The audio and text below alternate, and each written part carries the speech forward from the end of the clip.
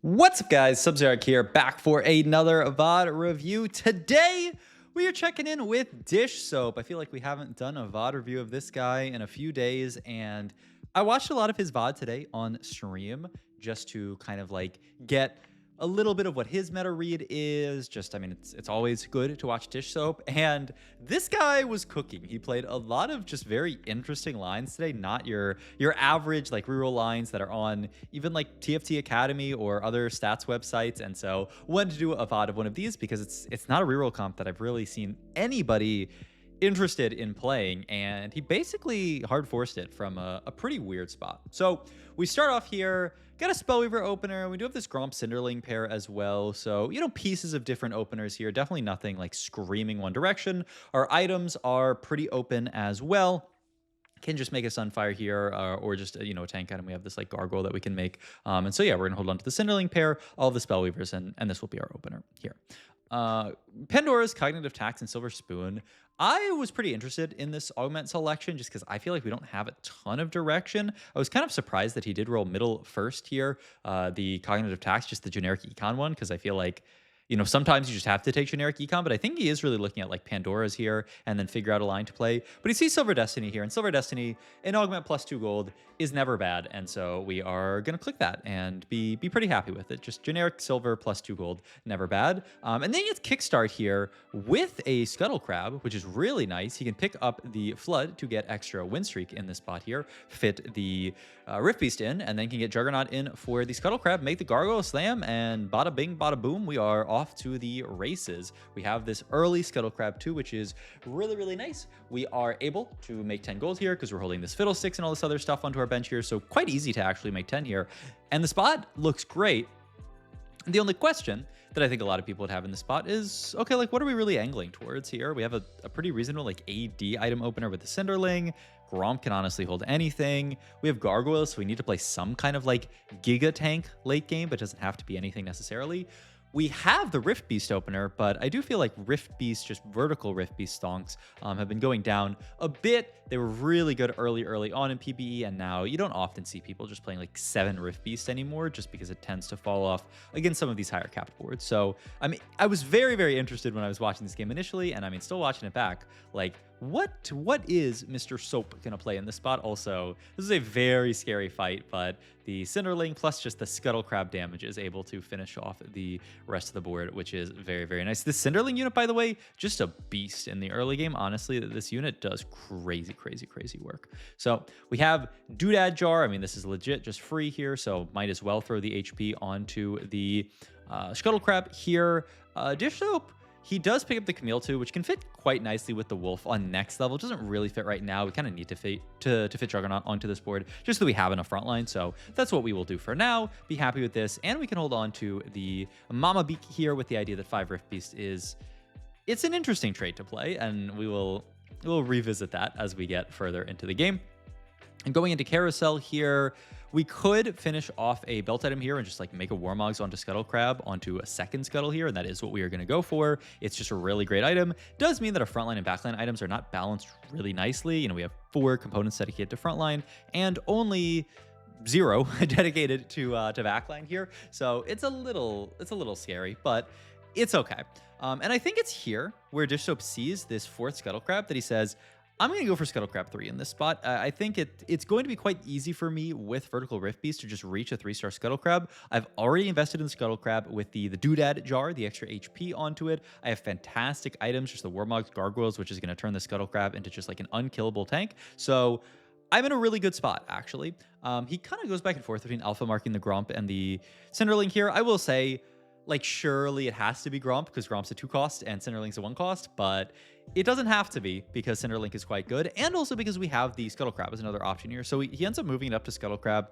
The idea here being that we don't actually need more damage on this board. We just need more tankiness because we are playing 4 damage dealers, 1 tank. I will say, like, low-key, I feel like the Scuttle Crab's doing enough in the tankiness department, but either way, it's chill. And we can see here the priority on the Scuttle Crab that Dishsoap has. He could have sold this crab on bench and held onto Wolf pair, but he would rather hold 4 crabs and 1 wolf than 3 crabs and 2 wolves. So really does want to prioritize going for the 3-star crab in this spot here.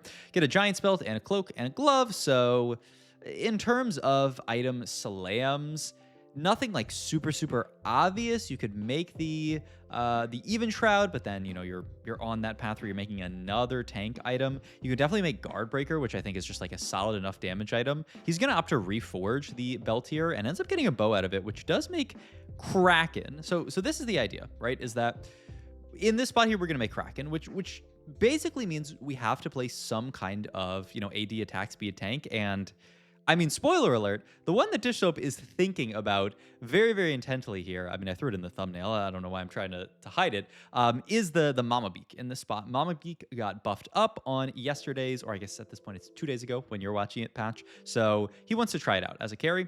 Rolls his augments here. He doesn't really need another econ augment. We're pretty rich already, so we are going to take solo plate.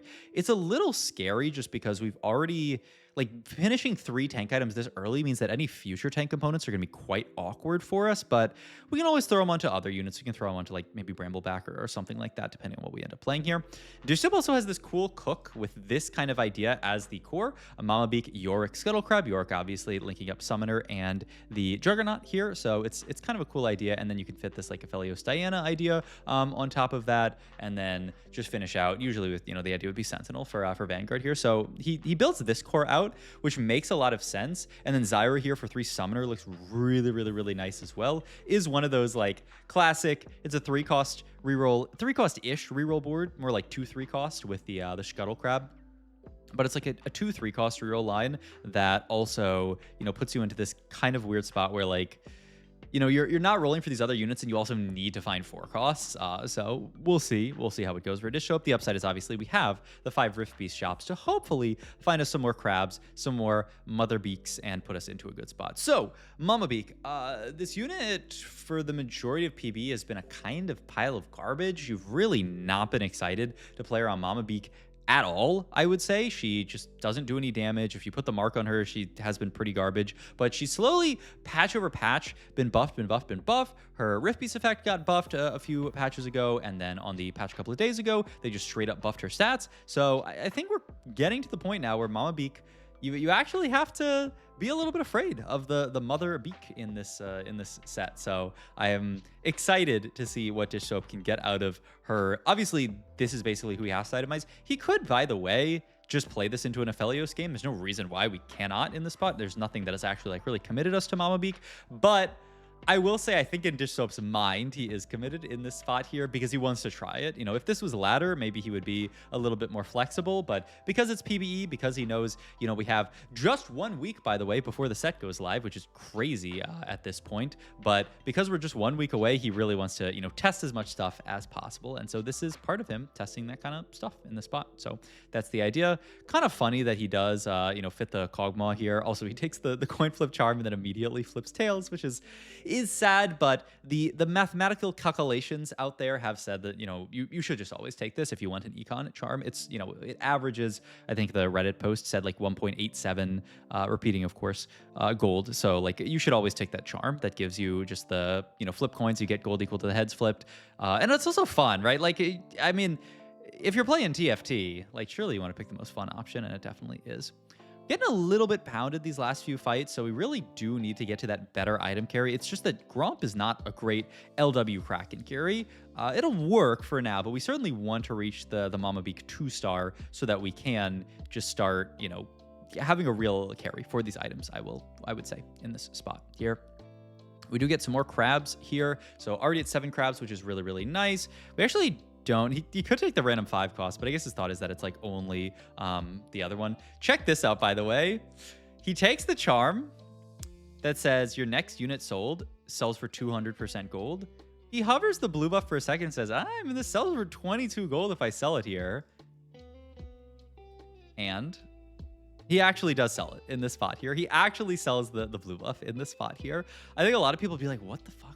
Why did you just sell a 2-star Sentinel? I mean, this unit is such a great tank. Like, what are you doing? But it makes perfect sense from Dishsoap's POV. He's going to have a Crab 3 very, very, very soon. Having another just solid tank on this board does not actually do that much, and the gold is way more valuable because it can get him two stuff like the actual backline that he needs, right? He has so much frontline already. If he could convert some of that frontline into backline, which is exactly what that charm did, it makes perfect sense. So it's kind of a crazy call from Dishsoap, but I kind of love it. Clockwork Accelerator, once again, kind of like makes sense here. Not only does it just, you know, work well with the attack speed based Razor Beak that we want to play towards, but it's also just, you know, a very good augment when you have a big beefy frontline, which is exactly what we have. And we are especially going to invest in that big beefy frontline by playing 7 Rift Beast here. This makes a lot of sense for multiple reasons. One, it's just strongest board right now. Like it just allows you to get a lot of raw stats onto all of your Rift Beasts, which is very, very good when you don't have a ton of other stuff to play. And the other thing that's really, really good about this is it maintains our ability to play 5 Rift Beast. In Dishsoap's idea, we are going to get out of 5 Rift Beast later. We are just going to play that, like all that Aphelios type of stuff that we were showing before.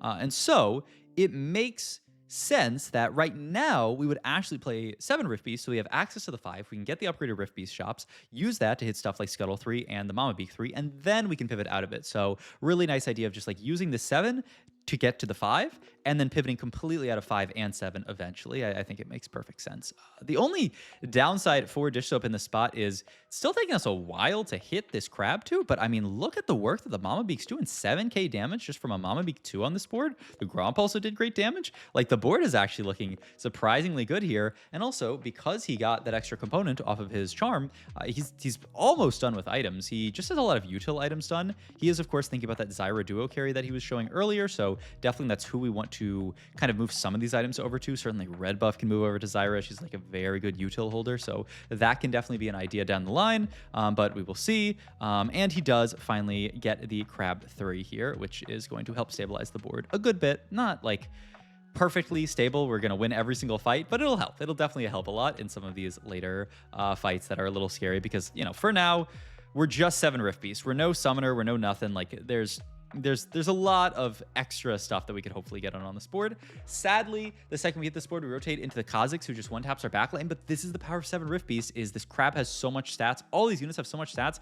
Look at this damage chart. I mean, this damage chart is 7 Rift Beast in a nutshell. Our carry gets one shot, but Gromp 2 does 2k damage, the Scuttle does 2k damage, the little Pebbles does 2k damage, the Wolf one does 2k damage. Like, everybody is contributing here, and that's legit. What 7 Rift Beast does is it just spreads out the power to your entire board. Oh, you know, I just thought of something that's like totally not real this set, but I wish it was. Also, by the way, check out these charms that Dishsoap gets offered here in this spot. He gets, if you win the next combat, gain 8 gold. He's like, I don't know if I'm gonna win. He gets for each ally champion alive 15 seconds, he gain XP, and he's like, this is also kind of like a if you win, get more gold one.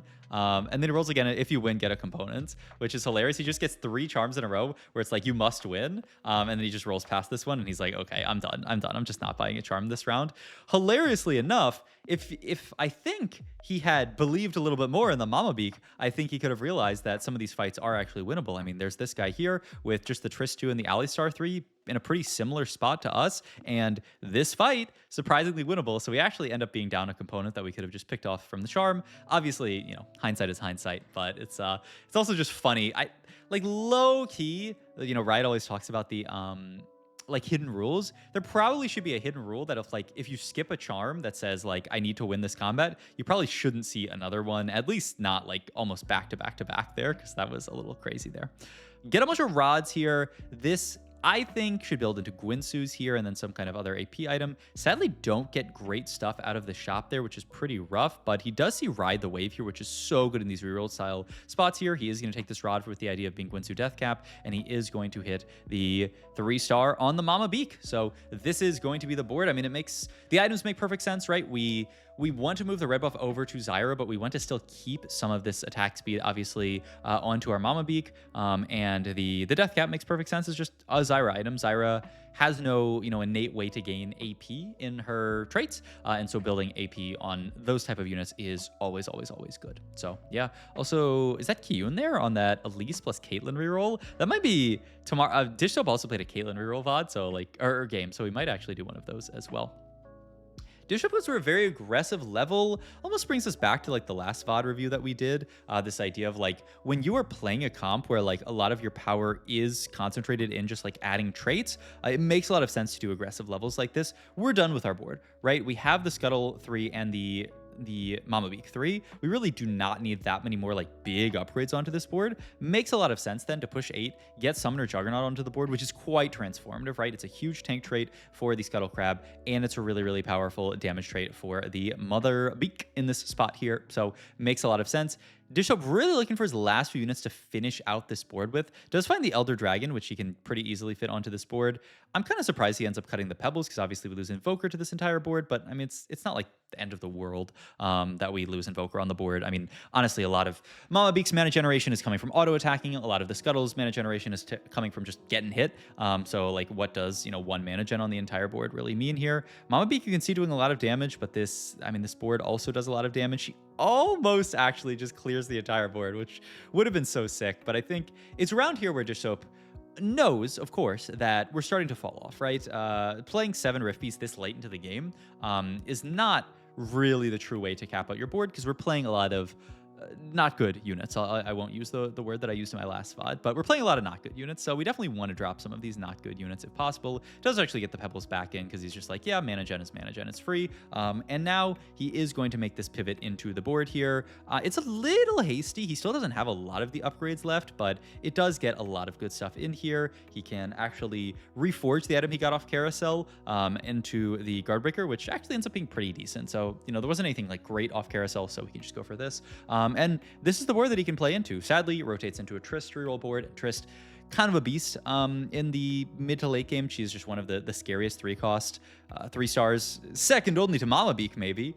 But yeah, the board coming together. Really need to find some upgrades here. It's kind of funny. Ooh, and yeah, he does actually take Gold Gen Charm here, which ends up really, really being rewarded in this spot here. Also, he's going to make this swap over, which I think makes perfect sense. Get the util off of the Mama Beak, get the carry item onto the Mama Beak. So yeah, LW can then move over to the Aphelios, and then Mama Beak can just take all of these tank items. So makes perfect sense in this spot here. This is the board that he's going to play, and it's really good. I mean, look how close this fight is. We were down a combat charm here, and we nearly won this fight against a very capped kill board here. If we had had a combat charm, we probably wouldn't have had Zyra 2, but we probably would have won the fight. So kind of crazy, just the power level of this board that I think a lot of people definitely a few days ago were completely doubting. We're like, this board just sucks. Like, who's ever gonna play a Mama Beak carry board? And I mean, in this spot, I mean, it's looking quite nice. GS going to get picked up here so that he can move the Guardbreaker over, just because it's going to be a little bit better of an item onto the Mama Beak. And this is our spot, and this is our board, and we're kind of sticking to it. I mean, the traits, look at them over there. They're just straight up beautiful. This positioning also, thought it was interesting. I mean, the idea is that like Scuttle Crab obviously doesn't care about the attack speed from Lunar. The AP from Lunar is like kind of whatever. You'd rather just guarantee that the Scuttle gets that Gargoyle value and just, stays solo tanked here. Mama Beak has to walk up, but just chews down that entire board there. So we win a fight, and top 2 locked in for the Mama Beak in this spot here. It's actually just crazy. We do pick up the Kog'Maw here, which obviously we have LW built, so it's like you don't need Kog'Maw for Shred, but you're getting a Mar Shred from it, which is not bad. And obviously, had we not had the item economy to be forced to make a LW, then we could have just skipped it. Rotating into a pretty strong Kale board here with some artifacts farmed, Ascension as well. This is going to be a tough lift for the board, but it ends up being super, super close. Sadly, we do end up losing the fight, but it's a very solid second from Dishsoap, just showcasing the power of this very uncommon reroll comp. So, hope you guys enjoyed this video. As always, if you did, please like, comment, and subscribe. Check my Twitch and Modify. All my links down below, and I will see you guys in the next one. Bye-bye.